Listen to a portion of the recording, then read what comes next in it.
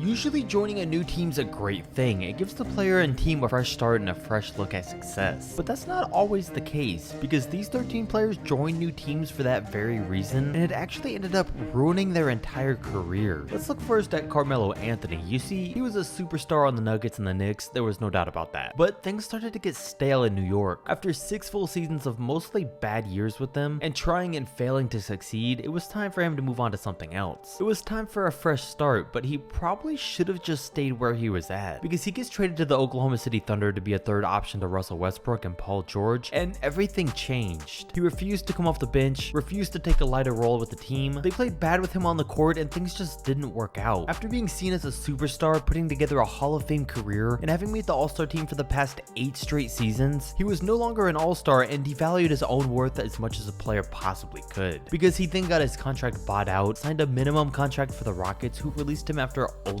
10 games because they didn't like his fit on the team. He then spent the entire NBA season waiting for another team to call, but they never did. No team in the entire league wanted to sign Carmelo Anthony, who was just considered a star 2 years prior. He would have signed anywhere for the veteran minimum, but thanks to his playstyle and concerns about his ego, teams didn't even want him for that. So after sitting at home for over a year, he signed with the Blazers, where he started the full season. But in 2020, he became a full-time bench player for the Blazers, then the Lakers, and now he's back to not getting picked up by anyone and hasn't played this entire year, making it look like now his career is pretty much over. Maybe none of this ever happens, and maybe he doesn't get fully exposed had he never left the New York Knicks. But at least Carmelo left that team on his own terms. Because on the other hand, one of the biggest cases of a player's career ending after changing teams was Lamar Odom, who immediately fell off after leaving the Los Angeles Lakers. Odom won 2 championships with LA and was a huge piece to their success. He even won the 6th Man of the Year in 2011, and seeing that his value was at its highest, they tried trading him in the deal for Chris Paul. But when it got vetoed, Lamar lost all respect he had for the Lakers and demanded he got traded off the team. So they had to trade him to the Mavericks for only a 1st round pick. But during that offseason, he had one of the roughest times of his life. When his close cousin passed away, then the day after the funeral, he was the passenger in an SUV that hit a teenage cyclist and caused him to pass too. So obviously he was never the same. When he joined the Mavs, he went from the reigning 6th Man of the Year to averaging 6 points a game on by far the worst shooting numbers he ever put up. The same trend continued the next season for the Clippers. Then his entire life kind of publicly spiraled out of control, and he never played in the league again at only 33 years old. So while this one was partly from losing respect for the Lakers and changing teams, it was also because his personal life was falling apart at the same time. But on a lighter note, let's not forget about Lance Stephenson, who had become an integral part of the early 2010 Indiana Pacers over his first 4 years in the league. He was a third option of Paul George and Roy Hibbert, and was known for trash talking and getting into other players' heads, most notably blowing in LeBron James' ear. It looked like he was on his way to becoming a star for Indiana, especially seeing that he was only 23 years old. But his contract was up that offseason, so the Pacers offered him a 5-year, $45 million